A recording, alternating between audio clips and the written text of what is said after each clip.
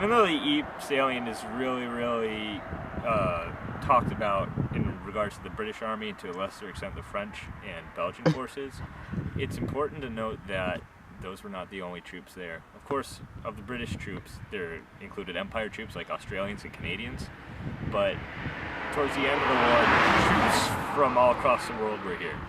In 1918, when the German advance was pushing in west and really crushing the British Army, 2 divisions managed to cross the Atlantic Ocean and ended up here in Ypres, just to the south of Ypres, around the area called Kemmel.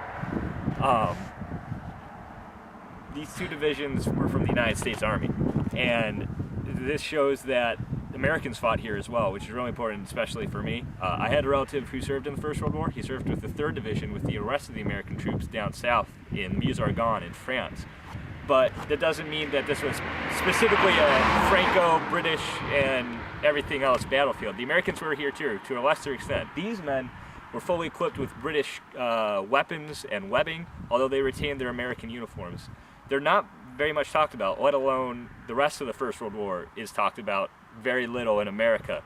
So it is important to remember and note, and hopefully when the 100th anniversary rolls around for these guys, of the few Americans who may remember, hopefully we can get some more to remember these guys who weren't with the rest of the U.S.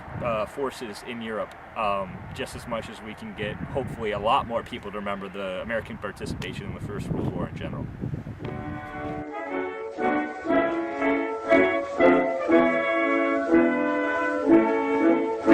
They were summoned from the hillside, they were called